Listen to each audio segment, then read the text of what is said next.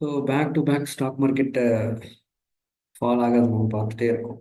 So இது ஒரு panic ஆகிற சுச்சுவேஷனா அப்படின்னு கேட்டிங்கன்னா அந்த மாதிரி சுச்சுவேஷன் அந்த மாதிரி தான் இருக்குது. பட் பயப்படணுங்கிற அவசியம் இல்லை. ஸோ எக்கனாமி வைஸ் இந்தியா வந்து நல்ல பொசிஷனில் தான் இருக்காங்க. இப்போ வந்து பார்த்தீங்கன்னா இன்ஃப்ளேஷன் ரேட் சொல்கிறாங்க இல்லையா, இன்ஃப்ளேஷன் ரேட் எல்லாமே நல்லா டவுன் ஆகிருக்கு, கண்ட்ரோலில் இருக்குது. எக்கனாமி பூஸ்ட் பண்ணுறதுக்கு ரெப்போ ரேட்டும் கட் பண்ணிட்டாங்க. இருந்தும் இன்கம் டேக்ஸ் இல்லை அப் டு 12 lakhs. அப்படி இருந்தும் ஏன் மார்க்கெட் வந்து ஃபால் ஆகிட்டு இருக்கு, பாசிட்டிவ் நியூஸ் அப்படிங்கிற டவுட் இருக்கும். ஸோ எக்கனாமி வந்து ஃபர்தராக ஃபால் ஆக சான்ஸ் இருக்கு அப்படிங்கிற ஒரு அசம்ஷன் தான். இனிமே ஃபர்தராக ரேட் கட்ஸ் வரப்போகுது. ஆஹ் இன்னுமே சில செக்டாரில் பார்த்தீங்கன்னா, அதாவது small cap and mid cap stocks எல்லாமே கொஞ்சம் ஓவர் ப்ரைஸ்டாக இருக்கு, ஓவர் வேல்யூடாக இருக்கு. லார்ஜ் கேப் பொறுத்த வரைக்கும் okay, but small cap and mid cap companies கொஞ்சம் ஓவர் வேல்யூடாக இருக்கு. ஸோ கண்டினியூஸாக எஃப்ஐஎஸ் வந்து செல் பண்ணிட்டு இருக்காங்க. இன்னொரு மேஜரான விஷயம் என்ன அப்படின்னா, ஆஹ் இன்னொரு மேஜரான விஷயம் என்னன்னா, ட்ரம்ப் வந்து நிறைய டேக்ஸ் வந்து மற்ற கண்ட்ரீஸ் மேலே இம்போஸ் பண்ணிட்டு இருக்காங்க. ஸோ அதாவது ஃபாரின்ல இருந்து யார் அமெரிக்காவுக்கு என்ன ப்ராடக்ட் செல் பண்ணாலுமே அதுக்கு எல்லாமே டேக்ஸ் அப்படிங்கிற ஒரு சுச்சுவேஷன் வந்து கிரியேட் ஆயிருக்கு. ஸோ அதுதான் இந்த அளவுக்கு ப்ராப்ளம் வந்து கிரியேட் பண்ணிட்டு இருக்கு. ஸோ நான் ஸ்க்ரீன் ஷேர் பண்ணுறேன்.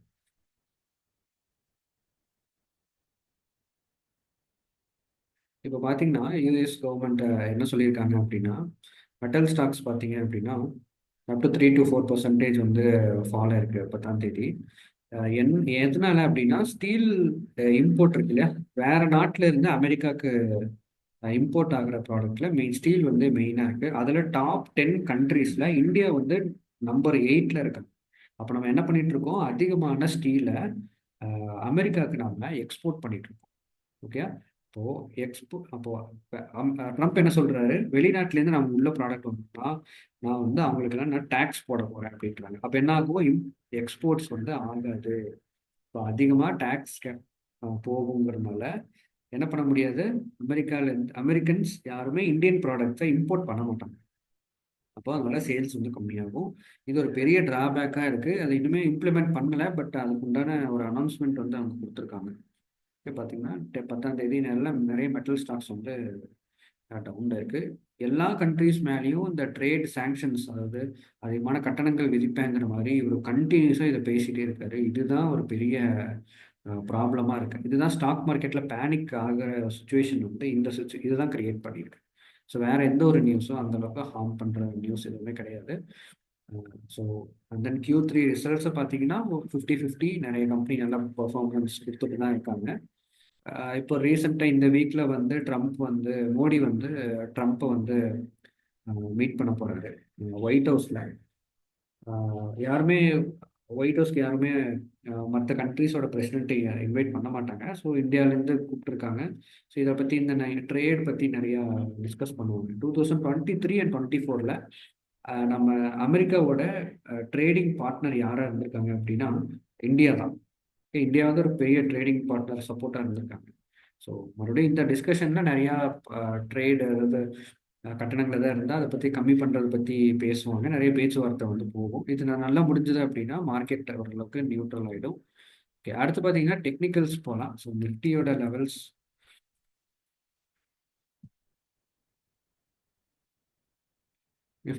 பாருங்க. நான் உங்களுக்கு ட்ரா பண்ணி காட்டியிருந்தேன். இந்த ரேஞ்சுக்குள்ளார தான் ட்ராவல் ஆகிட்டு இருக்கு. ஓகே, இந்த ஜோனுக்குள்ள தான் ட்ராவல் ஆகிட்டு இருக்கு. ஸோ கண்டினியூஸ்லி டிக்ரீஸ் ஆகிட்டு இருக்கு, பட் ஒரு ட்ரையாங்கிள் ஃபார்மேஷன் வந்து ஃபார்ம் ஆயிருக்கு. ஓகே, இந்த லெவல் இருக்கு இல்லையா, அதாவது ஆல்மோஸ்ட் 22,600 அப்படிங்கிற லெவல் இதை பிரேக் பண்ணிச்சு. ஃபர்ஸ்ட் பிரேக் ஆனது 22,800 லெவலில் பிரேக் ஆயிடுச்சுன்னா மறுபடியும் பாருங்க இந்த லெவல் வரைக்கும் ஃபால் ஆகும். 22,600 இந்த சப்போர்ட் பாயிண்ட் பக்கம் வரும். அந்த 600 லெவல்ஸை கிராஸ் பண்ணிச்சுன்னா அடுத்து கண்டிப்பாக இங்கே வரும்.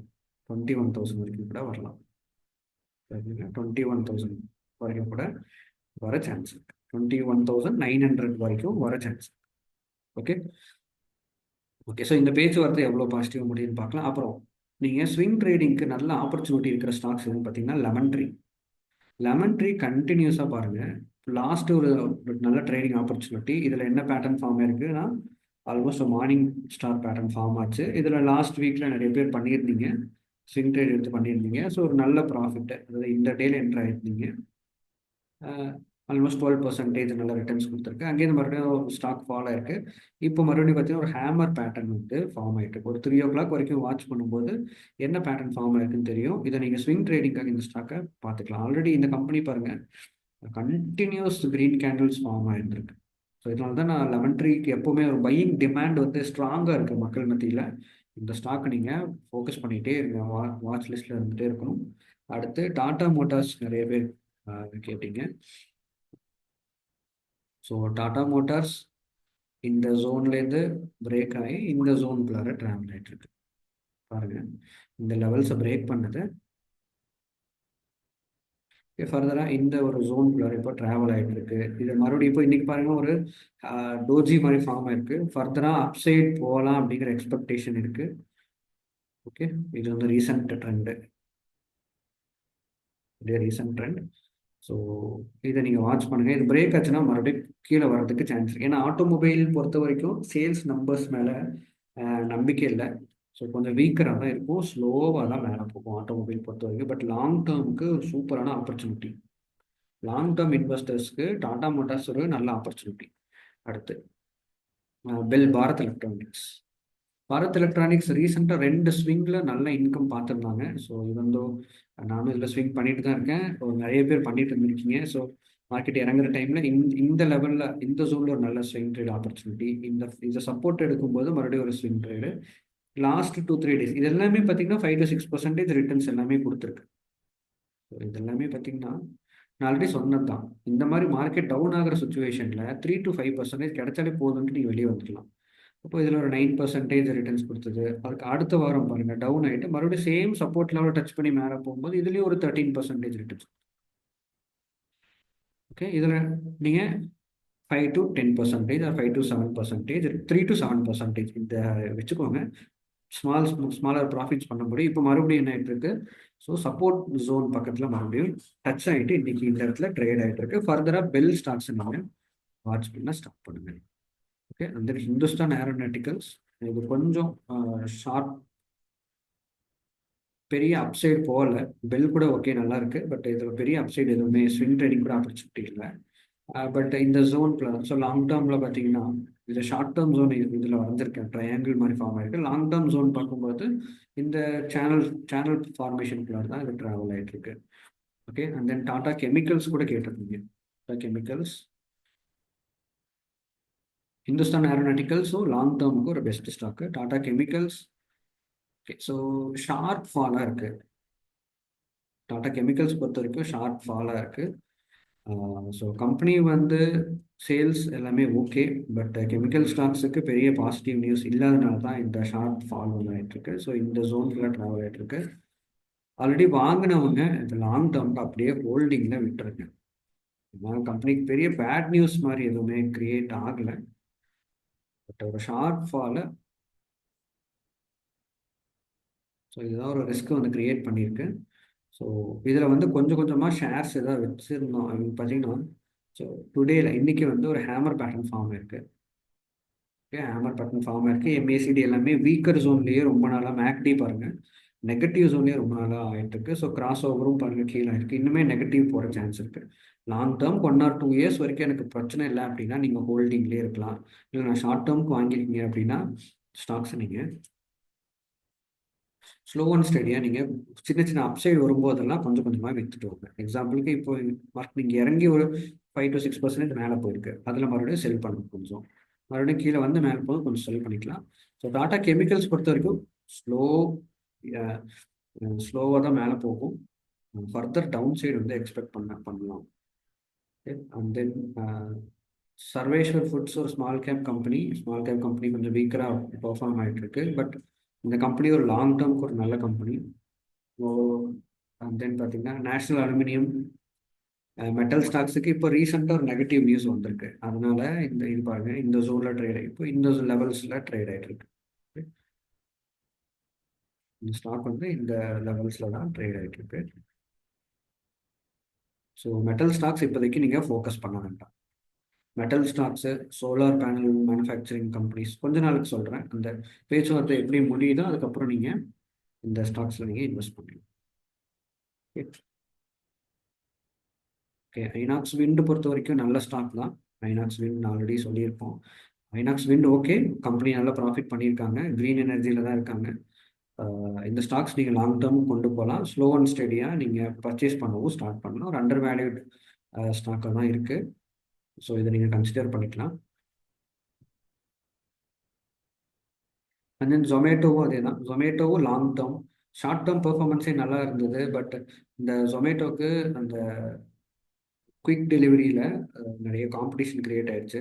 ஸோ இந்த ஸ்டாக் நம்ம பொறுமையாக இருந்து தான் நீங்கள் பார்க்கணும். லெமன் ட்ரீ என்னை பொறுத்த வரைக்கும் நல்ல ஒரு ஆப்பர்ச்சுனிட்டி இருக்குது, அதை பார்த்துக்கோங்க.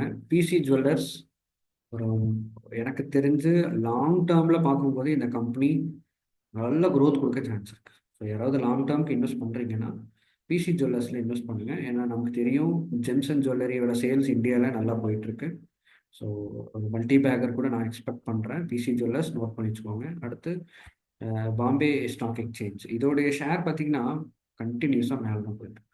பிஎஸ்சி லிமிட்டடோட ஸ்டாக் வந்து மேலே தான் போயிட்டுருக்கு. இது எக்ஸ்சேஞ்சோடைய ஒரு ஸ்டாக் தான். ஸோ இது ஸ்லோ அண்ட் ஸ்டெடியாக கொஞ்சம் கொஞ்சமாக வாங்கிக்கலாம். பல்காக வாங்க வேண்டாம், ஸ்லோ அண்ட் ஸ்டெடியாக வாங்கிக்கலாம். இது ஒரு நல்ல ரேஞ்சில் தான் ட்ராவல் ஆகிட்டு, பெரிய டவுன் சைடு இல்லை, பெரிய கரெக்ஷன் இல்லை. இந்த ஸ்டாக்கில் ஒரே ஒரு ஜோன், ஒரு லெவல்ஸுக்குள்ளே தான் போயிட்டுருக்கு. இப்போ ரீசெண்டாக இந்த மாதிரி ஒரு லெவலில் போயிட்டுருக்கு. இந்த ஜோன் பிளார் தான் கொஞ்சம் போக சான்ஸ் இருக்குது. மேபி இதை பிரேக் ஆச்சுன்னா கீழே வரும், இல்லாட்டி இந்த ஜோன் பிளார் தான் ட்ரேட் ஆகிட்டு இருக்கும். ஸ்விங் ட்ரேடிங்க்கு ஒரு நல்ல ஆப்பர்ச்சுனிட்டி. ரீசெண்ட் ஸ்விங் பாருங்கள், இங்கே நீங்கள் வாங்கும்போது இந்த இடத்துல ஒரு நல்ல ரிட்டர்ன்ஸ் கொடுத்துருக்கு. ஆல்மோஸ்ட் இங்கே நீங்கள் ஒரு 20% ரிட்டர்ன்ஸ். மறுபடியும் பாருங்கள், இன்னொரு ஸ்விங் ட்ரேட் சப்போர்ட்டாக எடுத்து மறுபடியும் மேலே போயிருக்கு. ஓகே, ஸோ இதெல்லாமே நீங்கள் டெக்னிக்கலாக பாருங்கள். McD and then exponential moving average எல்லாம் யூஸ் பண்ணி பார்க்கும்போது உங்களுக்கு இந்த ஐடியாஸ் வந்து கிடைக்கும். ஓகே, ஸோ மார்க்கெட் ஃபால் ஆகிட்டு இருக்கு, இது ஆப்பர்ச்சுனிட்டியாக பாருங்கள். எப்போவுமே வருஷத்துக்கு இத்தனை டைம் மார்க்கெட் இவ்வளோ பர்சன்டேஜ் ஃபால் ஆகுங்கிறது எழுதப்படாத விதிங்கிற மாதிரி மார்க்கெட் சைக்கிள் அப்படி தான் ஃபங்க்ஷன் ஆகுது. ஸோ இப்போ யூஎஸ் ட்ரம்ப்பை பேஸ் பண்ணி தான் நிறையா ரிஸ்கி சுச்சுவேஷன் கிரியேட் ஆகிட்டு இருக்கு. ஏன்னா எக்ஸ்போர்ட்ஸ் நம்ம நிறைய விஷயம் வந்து அமெரிக்காவுக்கு நம்ம எக்ஸ்போர்ட் பண்ணிட்டு இருக்கோம், நிறைய ப்ராடக்ட்டு. அவங்க மட்டுமே இல்லை, நிறைய அதர் கண்ட்ரிஸ், சைனாவும் இருக்காங்க, ஜப்பானும் இருக்காங்க. நிறைய ப்ராடக்ட் வந்து அமெரிக்காவுக்கு வந்து எக்ஸ்போர்ட் பண்ணுறாங்க. இப்போ அவங்க ட்ரேடு இது போட்டனால கொஞ்சம் பேனிக்கான சுச்சுவேஷனில் இருக்குது. நிறைய கம்பெனிஸும் எங்களுக்கும் ஏதாவது அஃபெக்ட் ஆகுமோ அப்படிங்கிற சுச்சுவேஷனில் இருக்காங்க. மக்களுக்கும் பார்த்தீங்கன்னா ஓகே, இவன் வந்து வந்தால் மறுபடியும் சார்ஜஸ் போடுவாங்க, மார்க்கெட் நெக்ஸ்ட் லெவலுக்கு போகாதுங்கிற மாதிரியான ஒரு சுச்சுவேஷனில் பீப்புள் திங்க் பண்ணிருக்காங்க, அவ்வளோதான். ஸோ மற்றபடி எந்த ரிஸ்க்கும் இல்லை. Long term investors, swing traders அங்கே ஆப்பர்ச்சுனிட்டி கிடச்சிருக்கு. அந்த லாங் டேர்ம் இன்வெஸ்டர்ஸ் பொறுத்த வரைக்கும் எவ்ரி டிப்பில் கொஞ்சம் கொஞ்சமாக வாங்க ஸ்டார்ட் பண்ணுங்கள். டெக்னிக்கல்ஸ், சப்போர்ட் அண்ட் ரெசிஸ்டன்ஸ் லைனை நீங்கள் நல்லா ப்ராக்டிஸ் பண்ணுங்கள். இன்னும் நிறைய பேர் அதில் மிஸ்டேக்ஸ் பண்ணிட்டு இருக்கீங்க. அதை ப்ராப்பராக நீங்கள் ட்ரா பண்ணி ப்ராக்டிஸ் பண்ணாலே போதும். அடுத்த லெவல்ஸ் ஈஸியாக கண்டுபிடிக்கலாம். கேண்டில்ஸ்டிக் பேட்டர்ன்ஸை நீங்கள் ப்ராப்பராக வாட்ச் பண்ணுங்கள். ரிவர்சல் பேட்டர்ன்ஸ் எல்லாமே நீங்கள் ஸ்ட்ராங்காக இருங்க, நல்லா பண்ண முடியும். Okay, thank you.